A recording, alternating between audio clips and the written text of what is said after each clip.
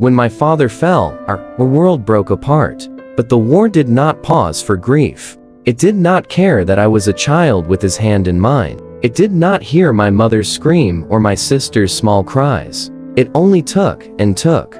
Days became a blur of running feet and open doors. Neighbors vanished in the night, some never to return. Men with guns came like storms, tearing homes, dragging sons, snatching girls, leaving fathers turned to statues in the street. We learned silence the way we learned to breathe. Every knock at the door felt like a verdict. Every distant gunshot was a hand reaching for us. Food disappeared first. Markets were ashes. Water tasted of rust and silence. Hunger ate color from our days until even crying felt heavy. One night I will never forget. My mother pressed her palm over my mouth, fingers trembling. Through the cracked window, I watched soldiers drag a boy younger than me into the lane. His scream cut the dark, then stopped as if someone had closed a book. That silence lives inside me still.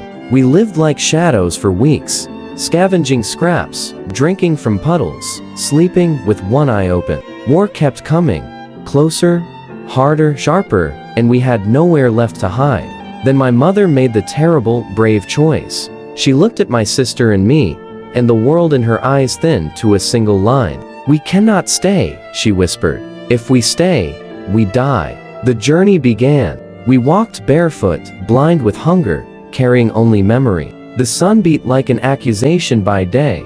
The night chilled our bones. My sister's small hands found my sleeve and I held on. Though I had nothing to give, we crossed villages that had become graves. Carts overturned, doors swung open, bodies wrapped in hurried cloth. There were moments that felt like endings and moments that felt like mercy. Sometimes a farmer left a bowl of boiled greens on a doorstep. Once, a woman shared a crust of bread and smiled like the world could still be kind. Those moments kept us moving. After weeks that felt like years, we reached a refugee camp, but it was not a sanctuary so much as another kind of hunger. Tents like a sea, faces like moons with holes in them. Children clinging to photographs of fathers who would not come home. The air tasted of sickness and grief that would not lift.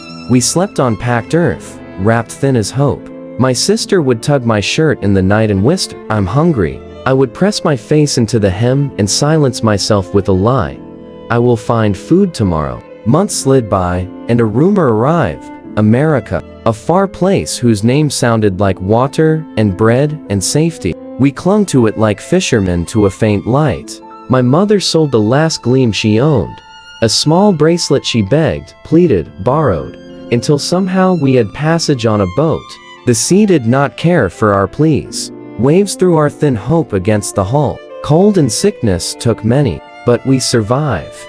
We set foot on foreign soil ragged, exhausted, carrying the smell of salt and loss. For the first time in years, I let my chest loosen. Maybe we had escaped. America arrived as a word and a dream. We thought it would stitch the torn places in us. We thought safety would be clean and bright. We were wrong. The land that promised healing offered instead long lines and small jobs. People who looked through us. A language that bent our mouths. Strange. Paperwork was a maze. Doors closed with polite faces. Shelter was temporary. The hunger stayed. We traded one kind of fight for another. For work, for acceptance, for a place to lie down without fear. But still amid the gray, there was stubbornness. My mother learned new ways to stretch rice, to mend torn shoes. My sister found a school where pencils felt like rivers of light. And I carried my father's voice in my head. Be strong. We had escaped death, but the war was not finished. It lived in the way my hands clenched at night, in the way my sister flinched at sudden sounds, in the hollow under my ribs. This is the part they do not teach you in books, that survival is only the beginning of learning how to live again. We kept walking.